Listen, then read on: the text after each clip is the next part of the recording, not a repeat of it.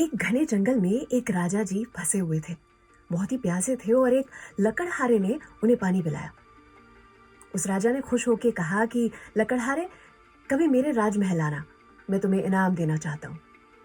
इस बात को बहुत समय बीत गया और ये लकड़हारा एक दिन चलते चलते राजमहल पहुंच ही गया। वहां जाके उसने उस राजा को याद दिलवाया कि मैं वही लकड़हारा हूं जिसने आपको पानी पिलाया था। राजा को तुरंत याद आ गया और उन्हें यह भी याद था कि वो इसे पुरस्कार देने वाले थे।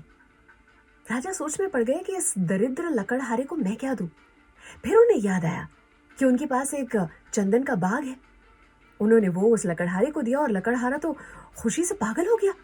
इतनी सारी लकड़ियां, इनमें से तो न जाने कितना कोयला बनेगा और इस कोयले को बेचकर मैं आजीवन शांति से रह पाऊंगा, अपना पेट पाल पाऊंगा। उस लकड़हारे ने वही किया, वहां रहता, लकड़ियों को, चंदन को जलाता, उसमें से कोयला बनाता और फिर वो बेचता। पर कुछ समय बाद कुछ ही चंदन के पेड़ बचे थे। वो भी सोच में पड़ा हुआ था कि आजीवन कैसे बिता पाएगा। और राजा को भी उसका विचार आया। राजा ने सोचा कि उसके हालचाल पूछे जाएं और साथ ही मेरा चंदन का बाग है उसमें सैर कराऊं। राजा ने दूर से देखा कि वहां से धुआं निकल रहा था। पास आकर देखा तो चंदन जल रहा था। उसने उस लकड़हारे को देखते ही कहा, ये तुम क्या कर रहे हो?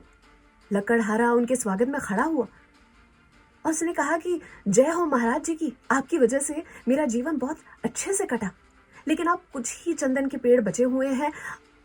आपके पास अगर कोई और भी बगीचा हो तो मुझे वो दे दीजिए। राजा समझ गए कि यहाँ पर क्या हो रहा था। उन्होंने उस लकड़हारे से कहा कि मैं यहीं पर खड़ा हूं, तुम एक काम करो कि ये कोयले यहीं पर छोड़ दो, लेकिन ये लकड़ी का 2 मीटर का जो लकड़ी का टुकड़ा है इसे लेकर बाजार चले जाओ। लकड़हारा समझ नहीं पा रहा था कि राजा जी कहना क्या चाहते थे, लेकिन वो लेकर चलता बना। और जैसे ही चंदन की लकड़ी उसके हाथ में देखी, कितने ही खरीदार उस पर टूट पड़े।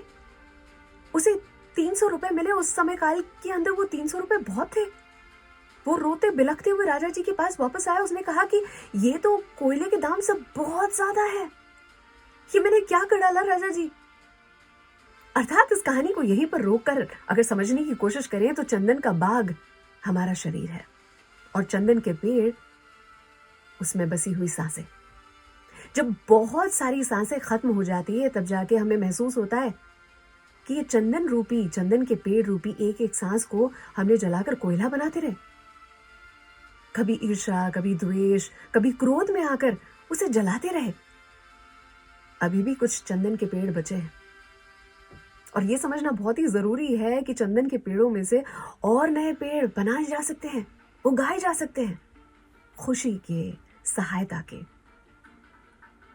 अर्चना की ओर से सलाम, दुआ, वणकम, प्रणाम, सत श्री अकाल। केम छो सारू छे? विश्व आखुई मारू छे। अगर आपको मेरी ये कहानियां पसंद आती हैं तो हर सोमवार और हर गुरुवार यहीं पर रखने की कोशिश करती हूँ। अर्चना की ओर से